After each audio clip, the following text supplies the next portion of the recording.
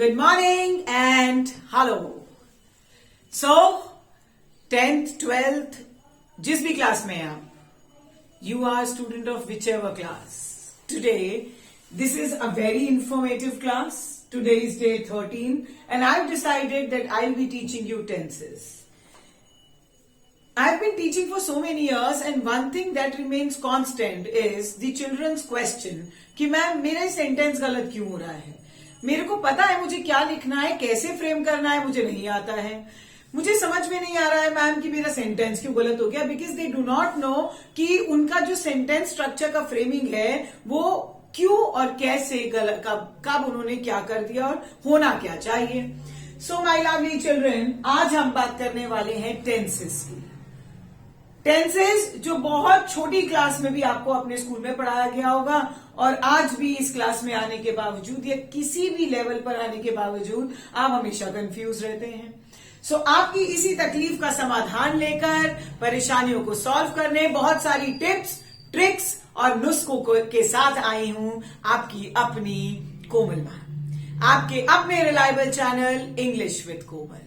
याद रखिए, सब्सक्राइब करना मत भूलिएगा चैनल को अगर नहीं किया है. And please like the video, share it and tell your friends as well. ये वीडियो तो आपका कोई भी उम्र का कोई भी बच्चा या स्टूडेंट, कॉलेज गोइंग स्टूडेंट सब देख सकते हैं.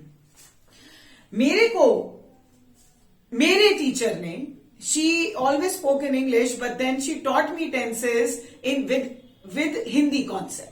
Because she told me until and unless you learn tenses by translating and understanding in Hindi, you will never understand. So आज मैं भी उसी कॉन्सेप्ट को लेकर आपके पास आई हूं टेंसेस पढ़ाने. आप इस टेंसेस को पढ़ने के बाद प्रॉमिस करती हूं that you will be able to understand. Sentence देखते ही ये समझ जाएंगे कि अच्छा ये शब्द है, मैम ने सिखाया था और ये ट्रिक है. और इसीलिए इस ट्रिक्स को समझने के लिए इस ट्यूटोरियल को आपको पूरा देखना होगा. तो चलिए सारी टेक्निक सीखने के लिए सबसे पहले ये बात करें कि ये क्या है, इसका मतलब क्या है. आप ये सोच रहे होंगे कि मैम ने ये क्यों बनाया, टिक टिक टिक टिक टिक टिक. जब टाइम चलता है तभी तो वाक्य में बदलाव होता है.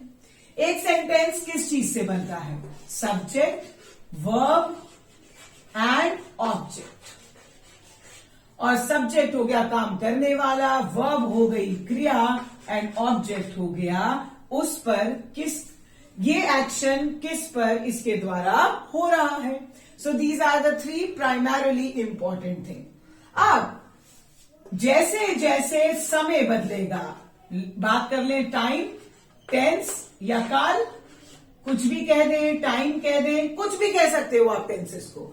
जैसे जैसे टाइम बदलेगा एक्शन की स्टेट बदलेगी और सेंटेंस का स्ट्रक्चर बदलेगा और डिफरेंट सेंटेंस फॉर्मेशन होंगे. मैं खा रही हूं, मैं खा रही थी, मैं खा रही होंगी. आई ईट, मैं खा रही हूं मतलब I am eating, I was eating, I will be eating. I eat, मैं खाती हूं, आई एट, मैंने खाया, आई विल ईट, मैं खाऊंगी. इसमें क्या चेंज आया?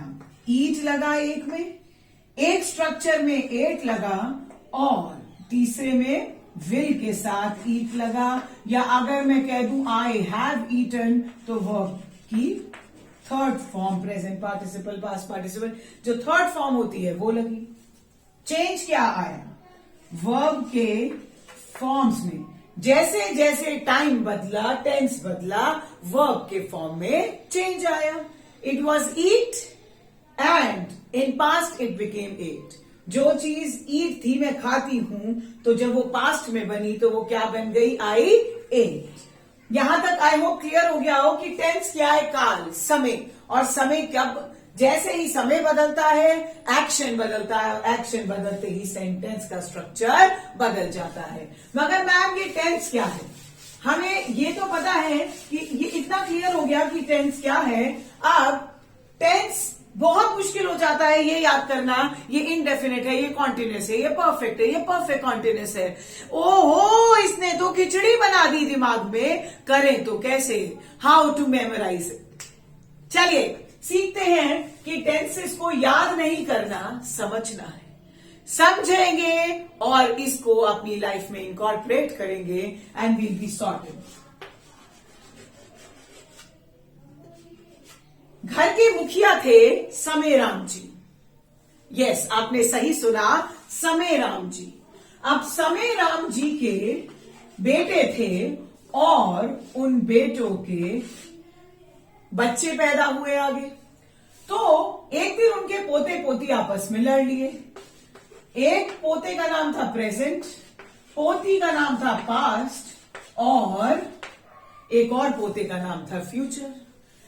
समेराम जी ने बहुत खूबसूरती से अपने बच्चों का नाम रखा था और उनके बच्चों ने बहुत खूबसूरती से अपने बच्चों का नाम रख दिया। तो अब इन सब में आपस में लड़ाई हो गई। प्रेजेंट कहता है कि दादू दादू मैं ज्यादा महत्वपूर्ण हूं क्योंकि मैं आज हूं। उसने कहा नहीं, मैं बीता हुआ हूं, मैं बीती हुई कल हूं। आई एम पास्ट, मैं ज्यादा इंपॉर्टेंट हूं क्योंकि अगर मैं अच्छी नहीं तो आने वाला कल अच्छा नहीं। तब ये रोने लगा, कहता है ये झूठ है, सब काम इसीलिए करते हैं ताकि मुझे अच्छा बना सके और मैं फ्यूचर हूं। They started fighting.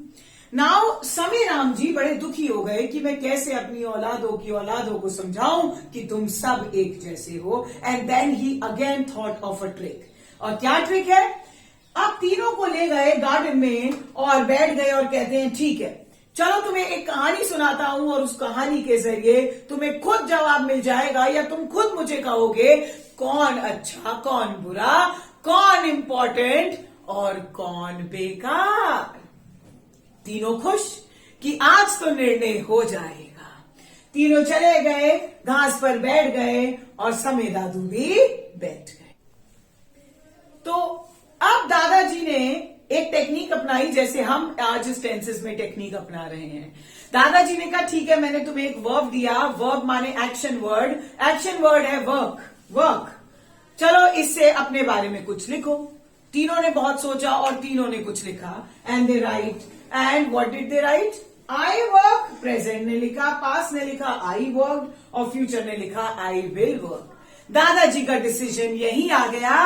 दादाजी ने कहा देखो, तुम तीनों ने कहा, ये कहता है मैं काम करता हूं, इसने कहा मैंने काम किया और ये कहता है मैं काम करूंगा।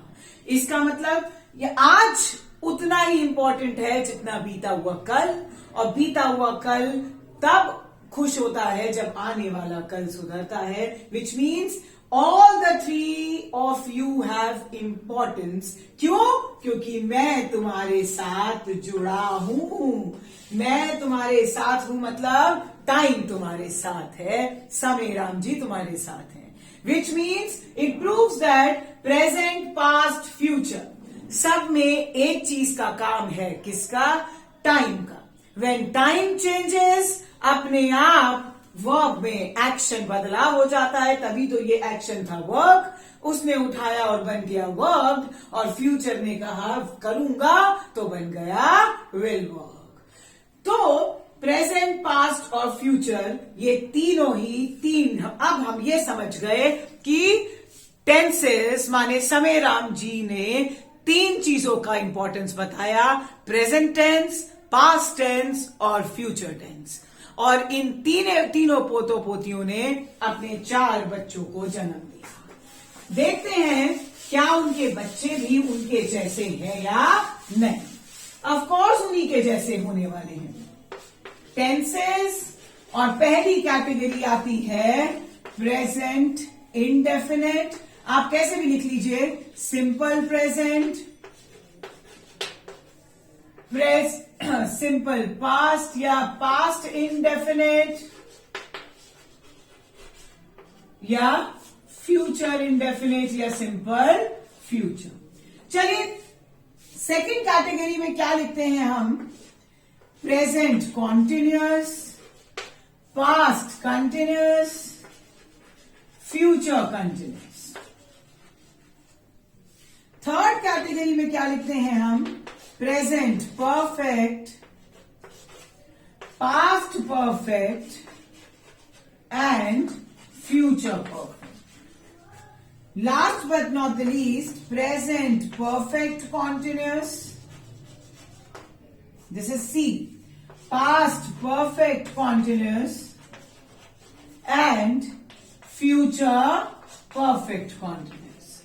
तो हमारे पास इन तीनों के आगे 4 डिविजन्स आए। तो हमने ये सीख लिया टेंस 3, प्रेजेंट, पास्ट, फ्यूचर, और इन 3 टेंसेस की आगे 4 divisions, present indefinite, past indefinite, future indefinite, मतलब जिसका समय निश्चित ना हो, प्रेजेंट में, पास्ट में और फ्यूचर में, प्रेजेंट कॉन्टिन्यूस, पास्ट कॉन्टिन्यूस और फ्यूचर कॉन्टिन्यूस, फिर परफेक्ट की कैटेगरी और फिर परफेक्ट कॉन्टिन्यूस की कैटेगरी। आई होप आपने इतना अपने नोटबुक्स में उतार लिया होगा। अब एक एक करके सारी कैटेगरीज को पढ़ते हैं ताकि मैं दादाजी की बात को हेंस प्रूव कर सकूं कि हम सब एक हैं। हम सब एक हैं, चाहे आप ए के बच्चे हो, बी के हो या सी के। तो पहली कैटेगरी को एक साथ लेते हैं, प्रेजेंट इंडेफिनिट, जैसे सिंपल प्रेजेंट, सिंपल पास्ट या सिंपल फ्यूचर। चलिए बात करते हैं। एक सेंटेंस को बनाने के लिए हमें क्या चाहिए होता है? सब्जेक्ट, वर्ब और ऑब्जेक्ट। तो हमें चेंज कहां करना है? बस ये तो चेंज होना नहीं है, ये चेंज होना नहीं है। तो आपको कला क्या सीखनी है टेंसेस के लिए? क्या टेक्निक सीखनी है आपको कि यहां पर क्या चेंज आएगा जो ये अलग अलग सेंटेंसेस फ्रेम होंगे। अगर आपने इसको मास्टरी कर ली कि यहां पर क्या चेंज आएगा, और इसी के चेंज की वजह से यहां पर एडवर्ब्स में भी चेंज आ जाएगा, कुछ छोटा बड़ा, तो आप अपने आप टेंसेस को मास्टर कर लेंगे। You will be able to get that नुस्खा। सो प्रेजेंट इंडेफिनिट का मतलब क्या होता है? अगर हिंदी में कहें मैम इंडेफिनिट क्या, समझी नहीं मैं, क्या होता है?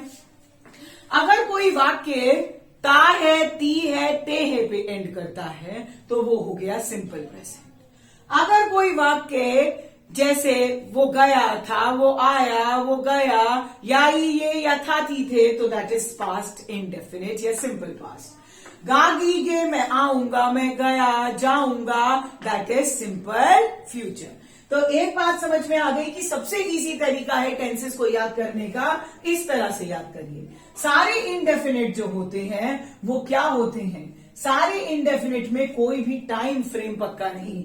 वो जाता है, कब जाता है पता नहीं, वो गया, कब गया पता नहीं। सिंपल फ्यूचर, वो जाएगा, कब जाएगा पता नहीं।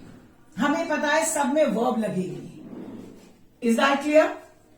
एक चीज जो समझ लीजिए इसमें भी, what are you going to understand very clearly is that सब में वर्ब लगेगा, इसमें लगेगी वर्ब की फर्स्ट फॉर्म, इसमें भी लगेगी वर्ब की फर्स्ट फॉर्म, और इसमें भी। आप कह रहे हैं मैम आप गलत सिखा रही है, नहीं।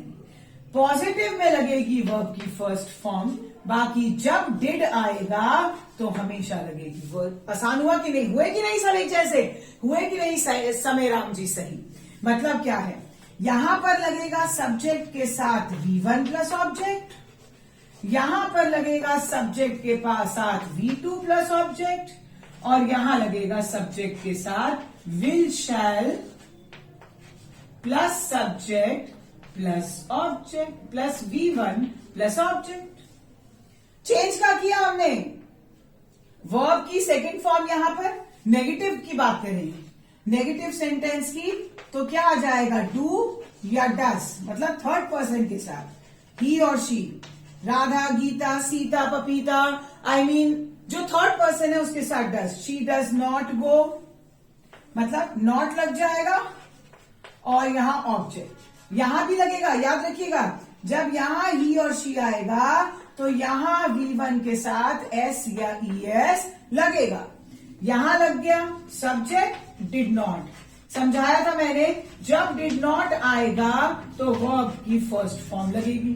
सेम ही तो हुआ, बस हमें यही तो सीखना था कि वर्ब की सेकंड फॉर्म लगेगी सिर्फ पॉजिटिव सेंटेंस में। यहां भी यही हुआ। शॉर्ट फॉर्म में लिख रही हूं, समझ जाइएगा। Will not plus shall not plus V1 plus object. Same हुआ कि नहीं? क्या डिफरेंस हुआ चाचा ताऊ के बच्चों में? कुछ नहीं, सारे इंडेफिनिट सेम। सबसे आसान तरीका सीखने का कि सारे इंडेफिनिट में V1 लगता है सिवाय इसके पॉजिटिव में। हर एक सेंटेंस की अपनी, जैसे हर एक पेरेंट ये अपनी अलग अलग फैमिली में है और उनके अपने पेरेंट्स हैं, ठीक उसी तरह हर वर्ब की अपनी हेल्पिंग वर्ब है, हर सेंटेंस में चलने वाली हेल्पिंग वर्ब, और उसकी हेल्पिंग वर्ब है डू डज, पास्ट की है डिड और इसकी है विल और shall. As simple as that. मैं याद कैसे करूंगा कि ये सिंपल प्रेजेंट है, या ये सेंटेंस सिंपल पास्ट है, या ये सेंटेंस सिंपल फ्यूचर। अब यहां तक तो क्लियर हो गया हमें कि सब पॉजिटिव में V1 लगेगा, नेगेटिव में डू डज के साथ V1। बस यहां पर कब वर्ब की फर्स्ट फॉर्म लगेगी जब हम डिड की बात करेंगे, बाकी सब सेम, इट्स जस्ट कि यहां पर V2 लगेगा।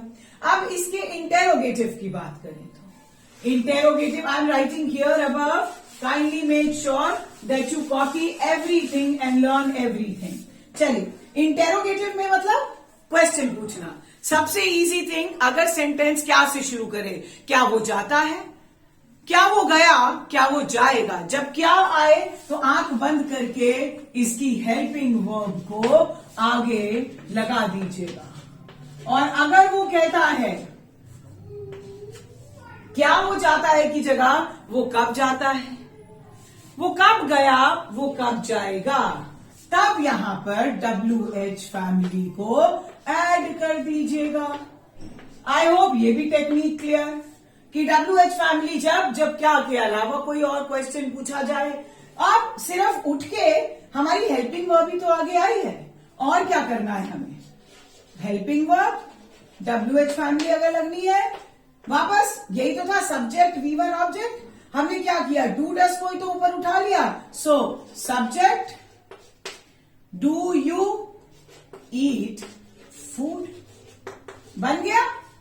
ऐसे ही अगर डिड का बनाना है तो डिड, शी सब्जेक्ट कुछ भी लिख लीजिए, शी या कुछ, V1 प्लस ऑब्जेक्ट, देखते रहिए सब सेम निकलेगा, will shell plus subject plus V1 object and question mark. Do you eat food, did you eat food, will you eat food. WH family तब लगाएंगे क्या तुमने खाया तो सेम चलेगा, तुम कब खाते हो, when do you eat food, when did you eat food, when will you eat food। Sorted। तीनों फैमिली के तीनों फर्स्ट जनरेशन की औलादे सेम है। वही तो समीराम जी कह रहे थे कि न तुम बड़ा न तुम छोटे, सब इंपॉर्टेंट होते। I hope that technique works for you all.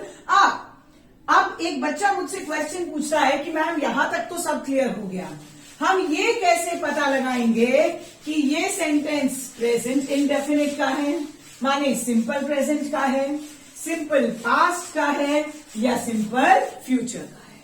So for that also I have a special technique.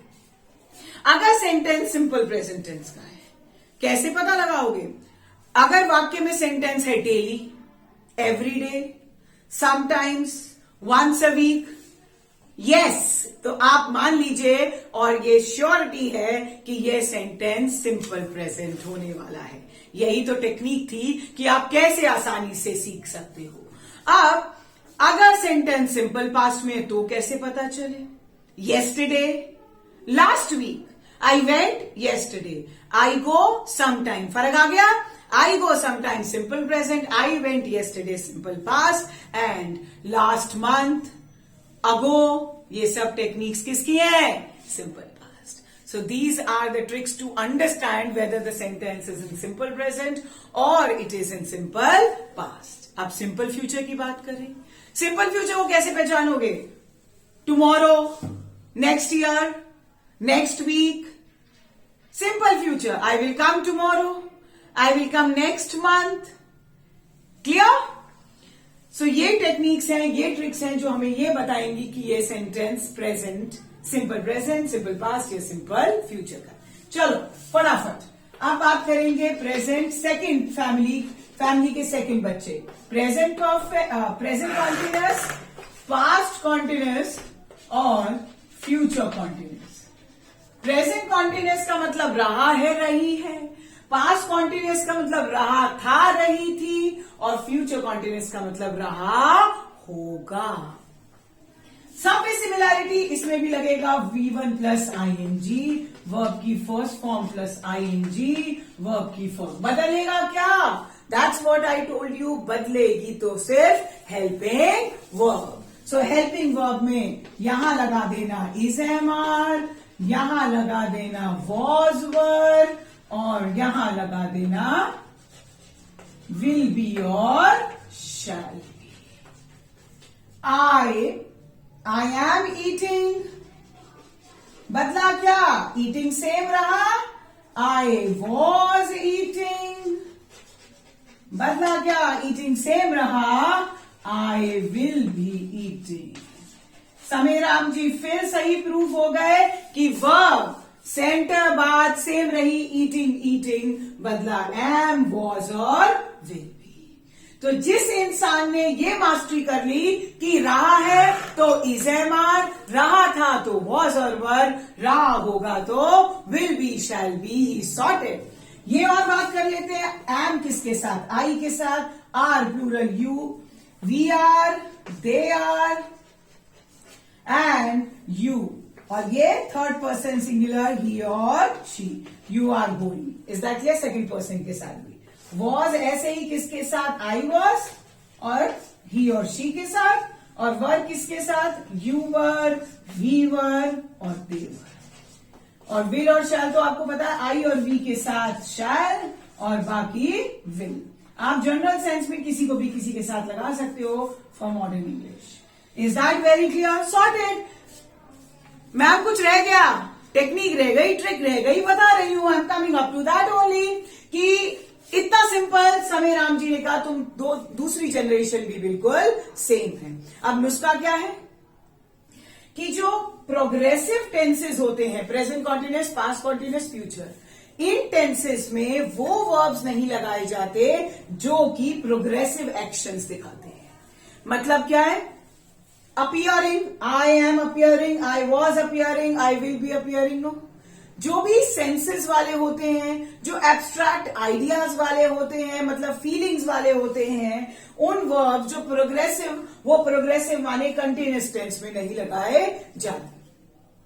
मतलब thinking, love, I am loving me, I love, seem, appear, is that clear? For example test. तो जितने भी progressive tense हैं उनमें senses वाले, belief, ऐसे words ING form में नहीं आते, वो हमेशा सिंपल प्रेजेंट टेंस में आते हैं। और ये ट्रिक याद रख लेना, टेक्निक समझ जाना और ये नुस्खा अपने साथ रखना। अब प्रेजेंट कॉन्टिन्यूअस को कैसे पहचानेंगे? जब भी सेंटेंस में दीज डेज हो, एट प्रेजेंट हो, एट दिस मोमेंट हो या नाउ हो, तो वो क्या बन गया? Present continuous. पास्ट कॉन्टिन्यूअस क्या हुआ? जब पास्ट कॉन्टिन्यूअस में एक छोटी सी बात याद रखना, जब भी सेंटेंस में वाइल होगा, while I was eating, she was rubbing the things, rubbing the any work. So while हो गया तो दोनों सिंपल पास्ट के हैं, माने पास्ट कॉन्टिन्यूअस पहला वाला भी और दूसरा भी। While she was dancing, her mother was cooking food. और इसका I am working now, they are working now, like this. अब फ्यूचर कॉन्टिन्यूअस में कैसे पता लगाएंगे? वही प्रोग्रेसिव टेंसेस के साथ आईएनजी फॉर्म वाले वर्ब नहीं लगेंगे। अगर एक सेंटेंस जैसे आई विल बी मेकिंग चपाती, तो इसके साथ दूसरा पार्ट क्या आएगा? When you come. ये टेक्निक याद रखिएगा, ये नुस्खा कि जब भी एक फ्यूचर में है, दूसरा सिंपल प्रेजेंट में होने वाला है। इस सारी ट्रिक्स और टेक्निक्स के लिए एक और वीडियो बनाऊंगी जिसमें सारी एक्सरसाइजेस करेंगे। आई होप क्लियर, कॉन्टिन्यूअस सब सेम, और फिर से समीराम जी सही प्रूव हो गए, तीनों में भी वर्ब आईएनजी। क्लियर होता जाए, कमेंट बॉक्स में लिख दीजिएगा एक एक एग्जाम्पल सबका, सिंपल प्रेजेंट, सारे प्रेजेंट्स का भी, कॉन्टिन्यूअस का भी, और अब तीसरी कैटेगरी जो हम पढ़ने जा रहे हैं that is present perfect, past perfect और फ्यूचर परफेक्ट। अब ये तीसरी जनरेशन आई। कहते हैं कि जनरेशन बाय जनरेशन सब बहुत स्मार्ट होते जा रहे हैं, एवरीबडी इज गेनिंग नॉलेज। तो समीराम जी को विश्वास था कि ये परफेक्ट बच्चे पैदा हुए। और ये भी तीनों सेम थे। कैसे? ये प्रेजेंट परफेक्ट का मतलब क्या होता है? काम हो चुका है। पास्ट परफेक्ट काम हो चुका था और फ्यूचर परफेक्ट काम हो चुका होगा। तीनों में वर्ब की third form. Is that very clear? I mean जो पार्टिसिपल वाले सेंटेंस वर्ब्स होती है। नेक्स्ट, तीनों की हेल्पिंग वर्ब में चेंज। ये हैज और हैव, ये हैड और ये विल हैव या shall have. I hope that's clear. Has, have, had और विल हैव, शैल हैव। अब सब्जेक्ट सेंटेंस सेम बनाएंगे। आई हैव ईटन फूड, इसमें भी eaten. I had eaten food और she will have eaten food.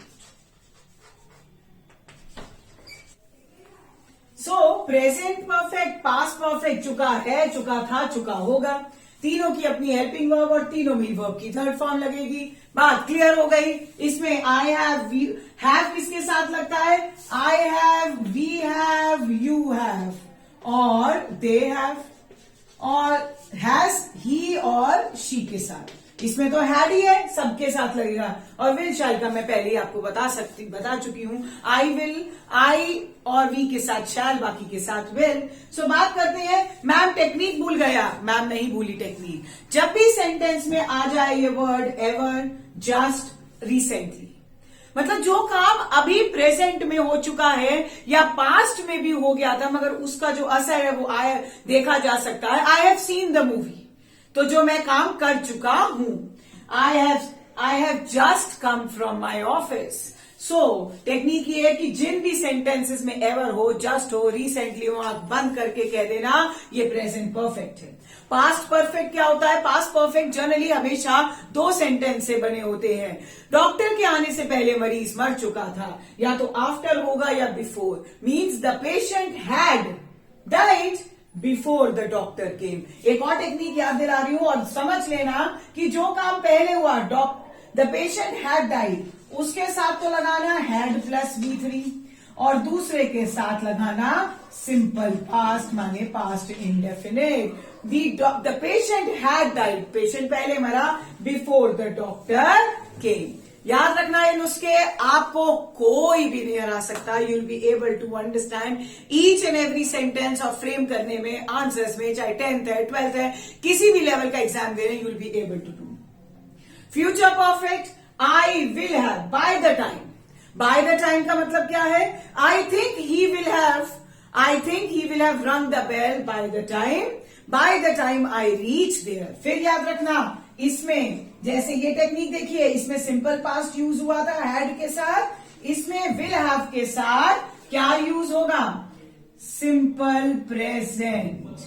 This is the technique. मतलब I think he will have rung the bell by the time I reach there. Reached, will reach, कुछ नहीं लगाया, verb की first form लगाई।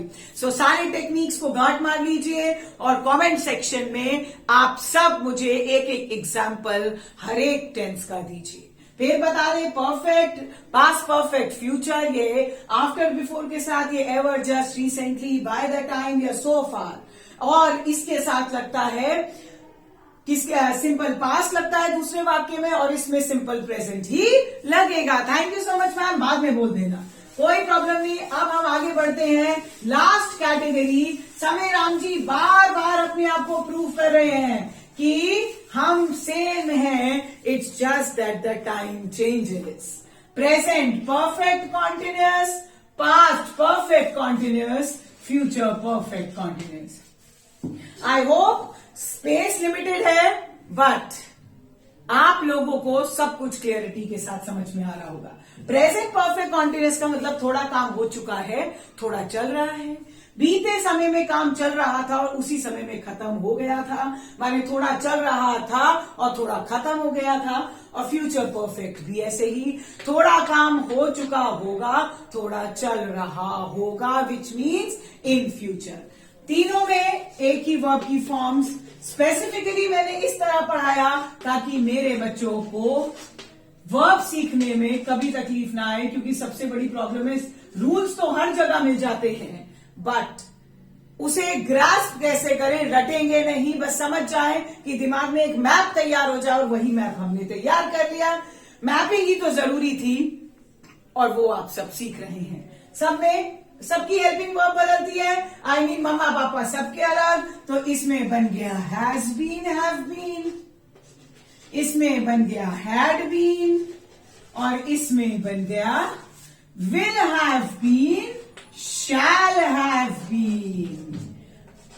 Have been मतलब family name same रहा, बस उनके पेरेंट्स का नाम बदल गया। सॉर्टेड। अब क्या टेक्निक है मैम, भूल तो नहीं गए? बिल्कुल नहीं भूले।